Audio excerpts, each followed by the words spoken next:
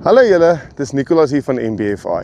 Het julle al ooit gewonder oor die verskil tussen primêre en sekondêre nodulasie? Nou ek het 'n sojaplantjie by my wat op hierdie stadium op V2 is. Nou as julle kan nader kom, gaan ek vir julle verwys die verskil. Soos julle kan sien op die hoofstam, is die klein noduletjies gevorm. Ons noem dit primêre nodules. En as jy kyk op die syworteltjies, sal jy sien daar is ook van die noduletjies daar en ons noem dit sekondêre infeksies. Nou die verskil tussen primêre en sekondêre infeksies is eintlik baie interessant. Primêre infeksies en sekondêre infeksies werk met 'n faktor van 1 tot 10. So vir elke 1 primêre infeksie moet jy 10 sekondêre infeksies hê.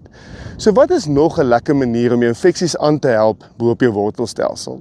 'n Trichoderma is 'n goeie alternatief om jou wortels skoon te hou sodat daar soveel as moontlik infeksies plaasvind. Want hoe meer infeksies sal plaasvind, hoe meer stikstof kry jy. Jy kort tussen 70 en 105 N om 'n ton sojas te produseer.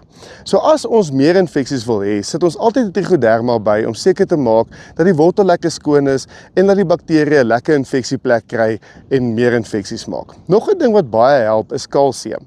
Kalsium help nie net met jou selwandontwikkeling en jou membraanvorming nie, maar dit help ook vir die draai van die wortelaar. So die wortelaartjie draai en daai bakterieë kry 'n lekker vashou plek om nog meer infeksies te veroorsaak. Express Technical is die produk wat ons bemark, juis vir daai rede met sy hoë kalsiumlading. So kontak gerus jou chemiese agent as jy meer inligting wil hê.